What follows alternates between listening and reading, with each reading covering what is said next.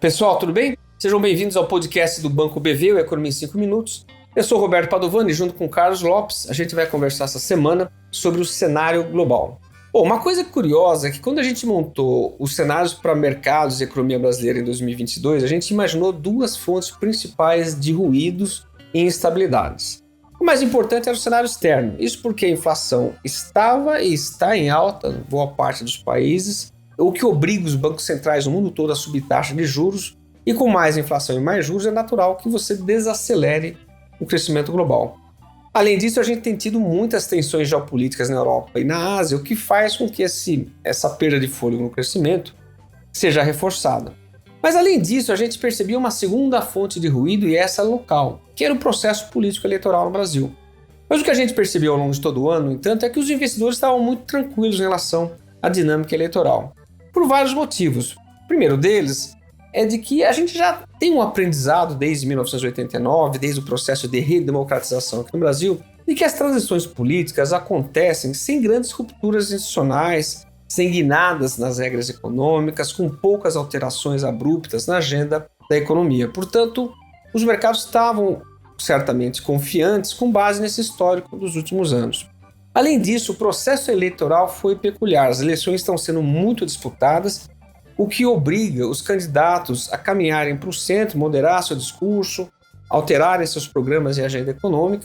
Da mesma forma, a gente sabe que uma eleição disputada acaba limitando o capital político do próximo governo, num cenário que o Congresso continua bastante forte.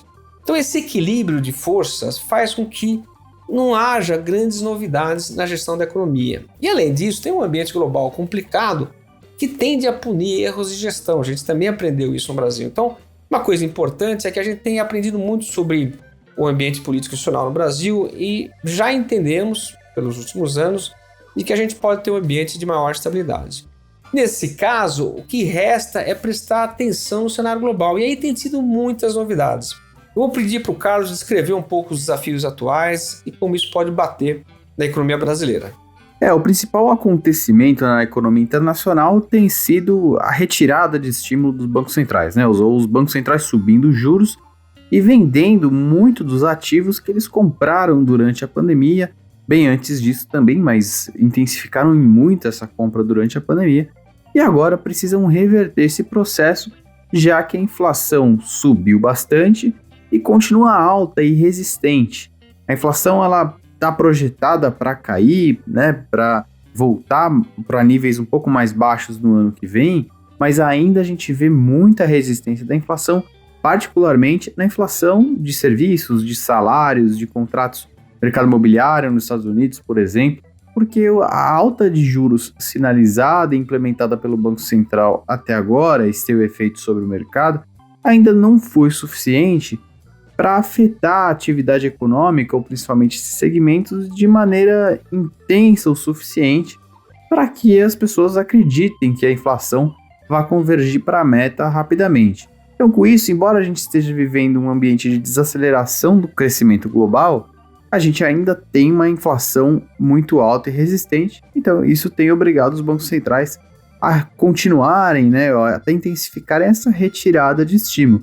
Então, o que a gente tem visto sinalizações de altas de juros ainda mais intensas, tudo isso combinado com o aumento de venda de ativos. Acontece que como a gente teve uma compra recorde, né, de ativos durante a pandemia e agora isso precisa ser desfeito num momento de inflação alta, é aí que a história se complica. Só o Banco Central subindo juros já seria fonte de incerteza suficiente ou fonte de pressão suficiente para as taxas de juros mais longas, e, portanto, para reduzir a atratividade de ativos de risco.